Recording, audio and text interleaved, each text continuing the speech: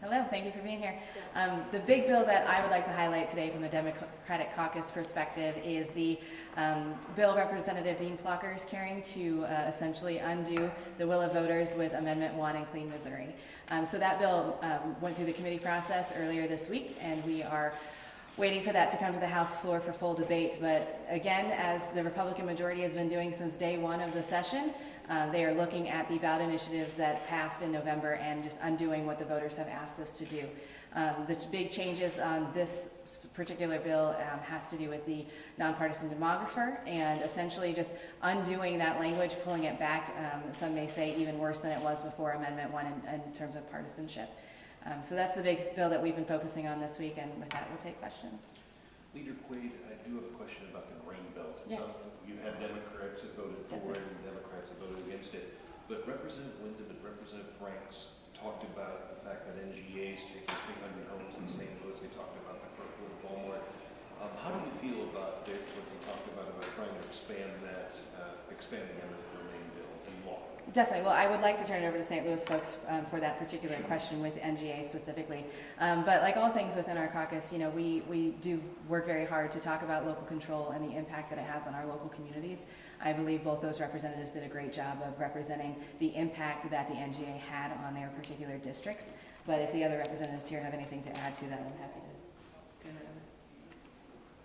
I mean, you know, eminent domain is certainly something that is important to all of us and affects all of us in all of our districts.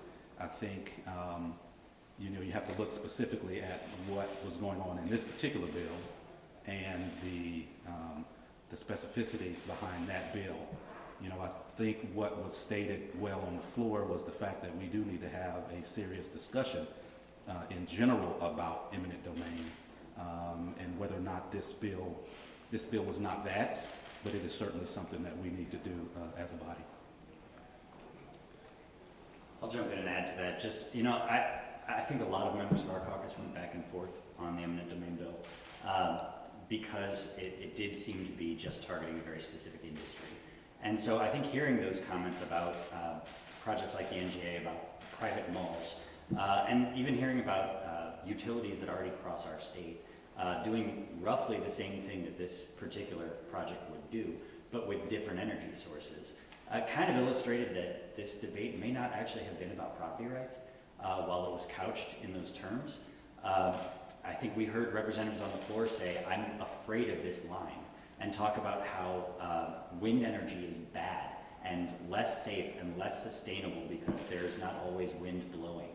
I think that sort of illustrated the reality here that this is a specific bill targeting a specific project. And when we talk about the broader question of eminent domain and property rights and protecting people's property rights against folks with private interests, we should have a serious discussion on that with a bill that actually maybe approaches reforms of eminent domain, not prohibits a specific project from going forward, when frankly the PSC has spent 5 years analyzing this question with long hearings, lots of testimony, and really a much more equipped group of people to analyze whether or not this qualifies as the sort of public benefit that warrants possible use of eminent domain, just like the other utilities that have crossed in the past.